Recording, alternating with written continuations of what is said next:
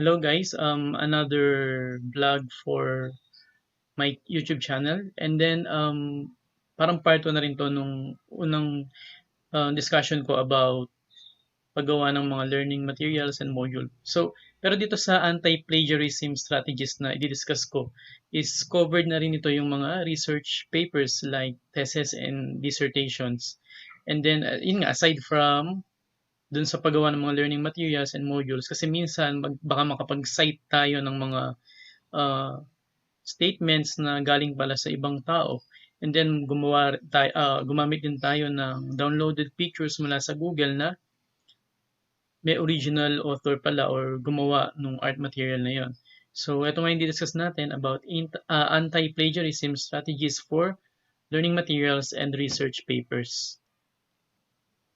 So ano ba yung plagiarism? So plagiarism daw, based sa Merriam-Webster, is to steal and pass off like the ideas or words of another, and then considering it or owning it as your own statement dun sa ginagawa niyong research or mga materials like books and modules. So careful tayo sa pagbanggit ng mga statements or paggamit ng mga pictures, baka ma-accuse tayo ng plagiarism.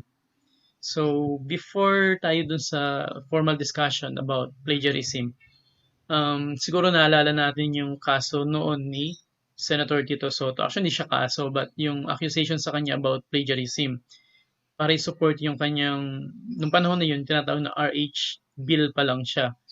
So, nung unang grandstanding niya sa Senate, um, gumamit siya ng statement ng dalawang American vlogger. Yung isa doon is food vlogger pa. And then sa susunod niyang stand, para ma-support lang yung stand niya rin dun sa RH bill, ginamit niya nung second time is yung statement ni former US Senator Robert F. Kennedy na later on na-discover ng anak niya na statement yung tatay niya kaya nagsampa ng case pero wala naman nangyari. And then sa marami ring mga grupo ng professors yung nag-file ng plagiarism case or inakusahan ng plagiarism si Senator Tito Soto dahil nga doon sa ginawa niya. And then next is doon sa business tycoon na si Manny V. Pangilinan. Kung saan noong 2010, in-invite siya sa Ateneo de Manila University para sa graduation speakership.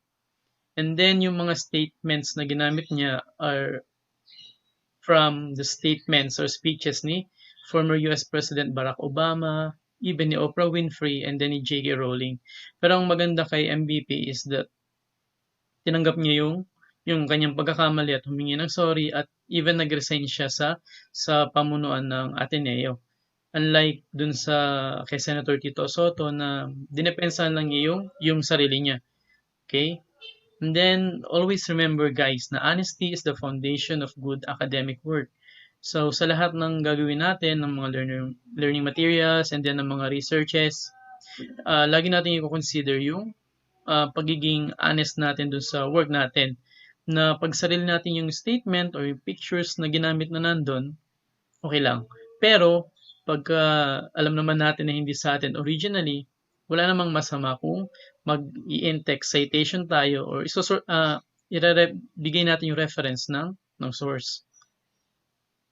Then, sa Philippines, meron din tayong RA 8293 amended by RA 10372.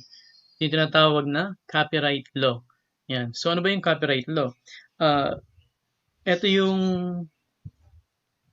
bundle of rights. Yan, relative sa attribution ng authorship. So, pinoprotektahan niya yung rights ng mga original authors. So, ayan, ang copyright law daw shall protect and secure the exclusive rights of scientists, inventors, artists, and other gifted citizens to their intellectual property and creations, particularly when beneficial to the people for such period. Alam nyo ba guys na meron tayong tinatawag na PMA or Post-Mortem Actuaries. So, ito yung original author or creator ng isang materials.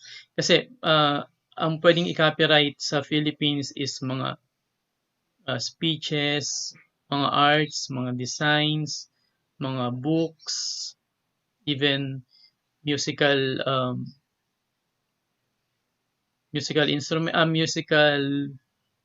na mga lyrics, ayan. And then mga ano pa ba? Lectures, letters, ornamental design. So lahat 'yan is copyrighted. Pwedeng i-copyright. Oh, okay. So once na na-violate natin siya, may kaukulan na parusa. So eto nga, una nga, inuulit ko sa inyo yung tinatawag na PMA, Post-Mortem Auctoris. So for example, yung author or yung original creator ng isang material is namatay siya. So after ng death niya, meron siyang another 50 years na protected yung creation niya. So for example, gagamit tayo ng source na dalawa or tatlo yung author. So kung sino yung huling mamamatay dun sa dalawa or sa tatlo, dun mag-uumpisa yung another 50 years. Na-copyrighted pa rin yung ginawa nila. So ano bang mangyayari pagka binayolate natin yung copyright? So sa Philippines, sa first offense, um, ikaw ay makukulong ng 1 to 3 years. Okay? And then magmumulta ka ng 150 50,000 to 150,000. And then sa second offense mo, makukulong ka ng 3 years and 1 day, and then mayroon kang multa ng 150 to 500,000. And then sa third offense mo, makukulong ka ng 6 years and 1 day up to 9 years. And then 500 to 1,000 to 1.5 million. So, ganun ka lupit yung copyright law na tinatawag. And then copyright, or the right to copy, is the legal protection extended to the owner of the rights in an original work that she or he has created. Next. So, ang plagiarism, ito yung nagiging defense ni Senator Soto. Sa Philippines daw, hindi crime yung pag-commit ng plagiarism unless equivalent siya sa copyright infringement. Pero yung ginawa ni Senator Soto nun, di ba sinabi niya, Tagalog yung statement niya, hindi naman doon nagtatagalog yung American blogger. Even the late great Senator Miriam Defensor Santiago, sinabi niya, regardless na itinranslate mo yung isang material, still plagiarism pa rin. Okay? So, plagiarism per se is not punishable as a crime under the International Property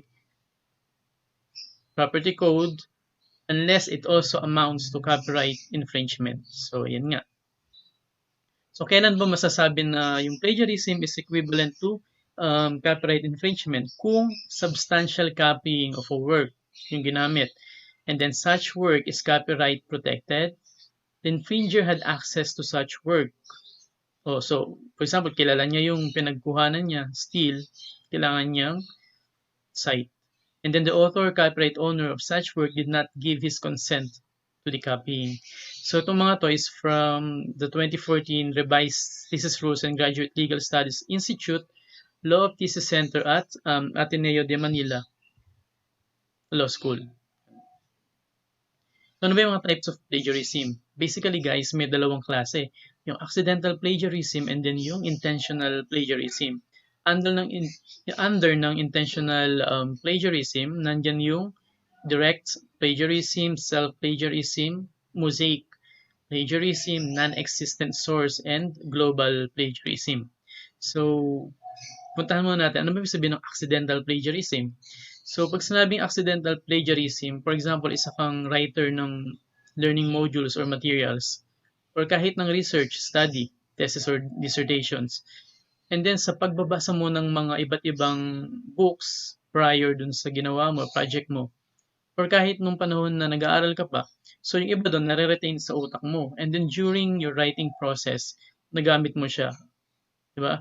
Na without citing kung sino yung source, or nakalimutan mo na kung sino yung source. Basta akala mo is product lang ng mind mo. So, yun yung problem sa accidental plagiarism. Pwede rin itong i-commit ng mga tao na newbies or mga baguhan pagdating sa pagsulat ng mga learning materials, and then ng mga research papers. So, ang best thing to prevent this kind of plagiarism is consult an expert or yung advisor mo or yung mentor mo or even librarians. So, familiar sila sa mga ganyan. Okay, next. Under ng intentional plagiarism is direct plagiarism. So, also known as verbatim plagiarism or word for word and then cut and paste. So, yun yung kukuha ka sa Google, Control C, and then lalagay mo sa paper mo, Control V. So, parang lumalabas na original work mo yung kinopya mo. As in, kinopya mo talaga siya ng buong buo na walang pinatawad kahit punctuation mark or kung ano man. So, ang direct plagiarism talaga is, yan nga, word for word transcription of a section of someone else's work. So, considered tong unethical, academically dishonest, and grounds for disciplinary action.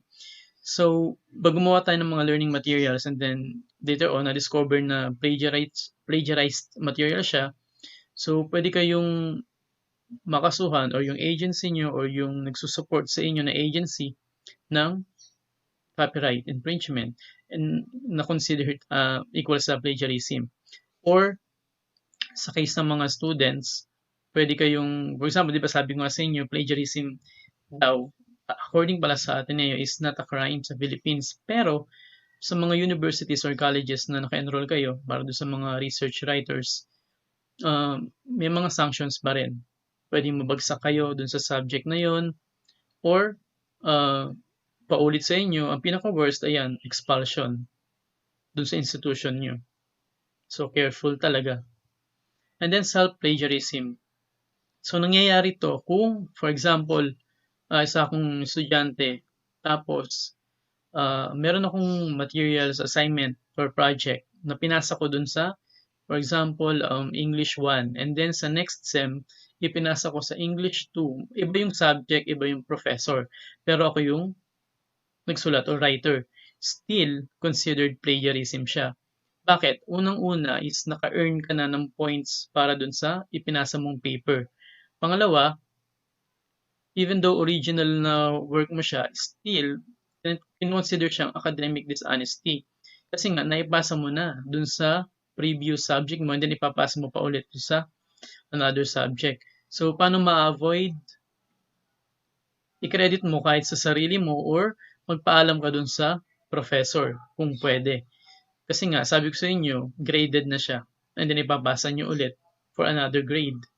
So, considered plagiarism. And then yung tinatawag na mosaic plagiarism. So, ano ba to? Ito yung tinatawag na paraphrasing plagiarism. It occurs when a student or writers borrow phrases from a source without using quotation marks or find synonyms for the author's language while keeping to the same general structure and meaning of the original. Kasi kino-consider natin plagiarized yung statement or material kung may more than 4, 5, 6 or more than 5 na mga exact same words na nandun sa statement. So, considered plagiarized material na siya.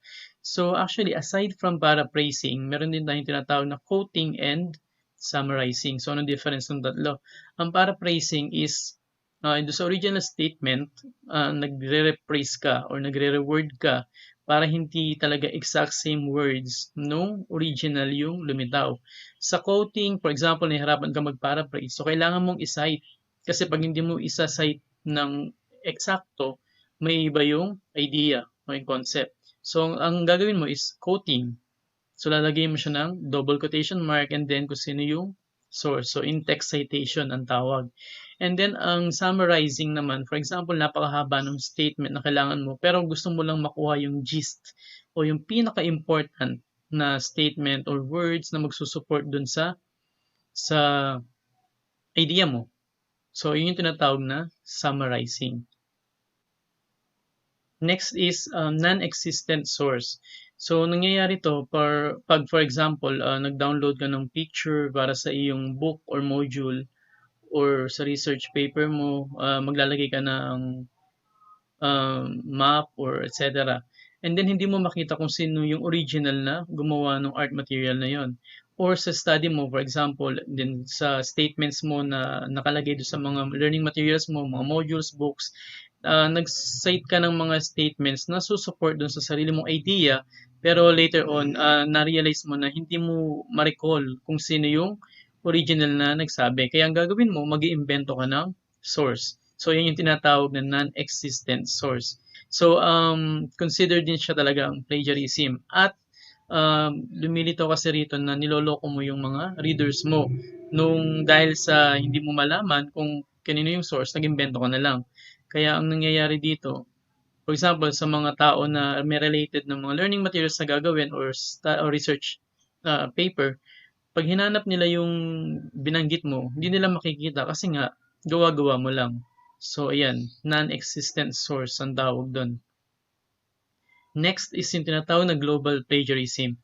For example, meron kang kaibigan ng mga experts sa research or sa paggawa ng mga materials, modules, or books.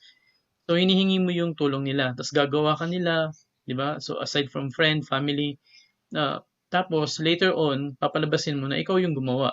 So, yung tinatawag na global plagiarism. Or, for example, bibili ka ng mga materials sa internet.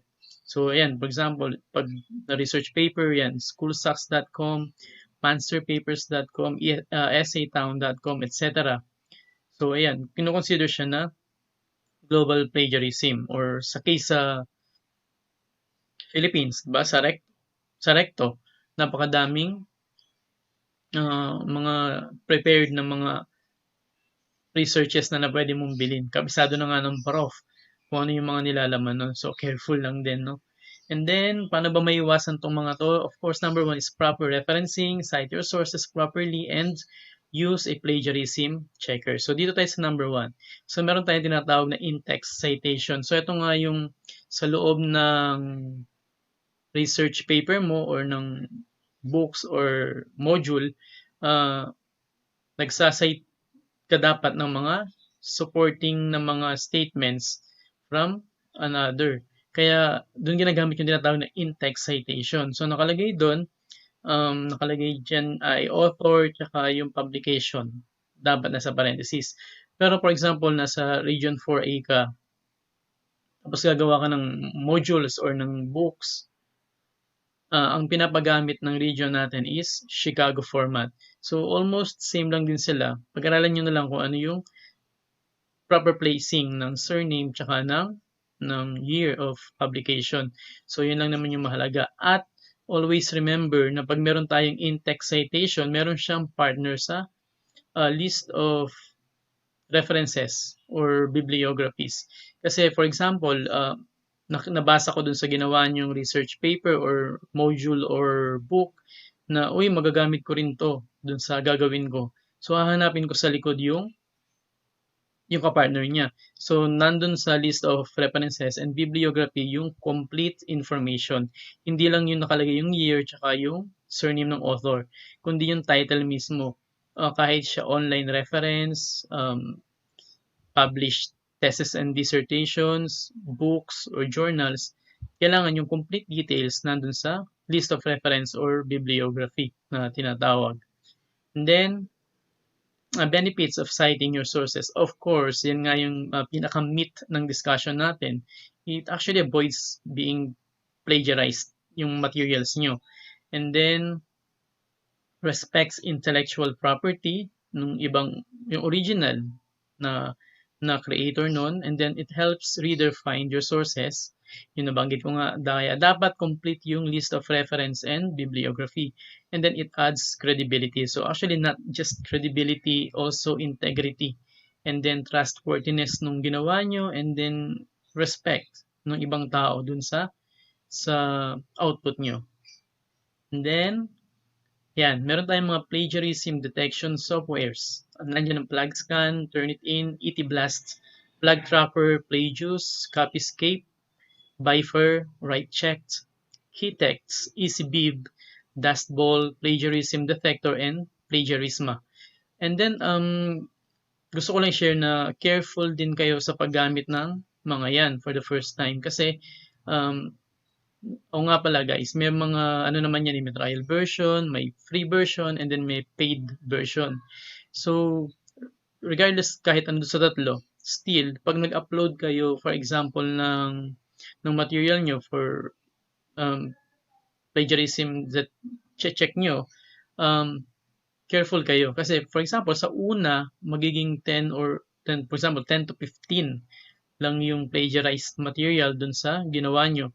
And then sa susunod na upload nyo, magugulat kayo. More than 50, more than 60, more than 70. Kasi once na nag-upload kayo dyan, maaya-add yan sa database nila. So, kaya careful. Siguro pwede kayong by part mag-upload, lalo na dun sa Turnitin na may number of words lang yung free. Or gumamit kayo ng, for example, sa first time, plug scan, and then sa susunod na mag-check kayo, ET blast, etc. So, siguro para ma-prevent yung percentage nung copy na lilitaw doon sa material nyo, although sa inyo na yon. So, ayan, I hope na marami kayong natutunan ngayon ulit na pwede nyong magamit sa paggawa ng mga research papers and then ng learning materials like modules and books. So, thank you ulit and sana manood pa rin kayo ng mga susunod na vlogs.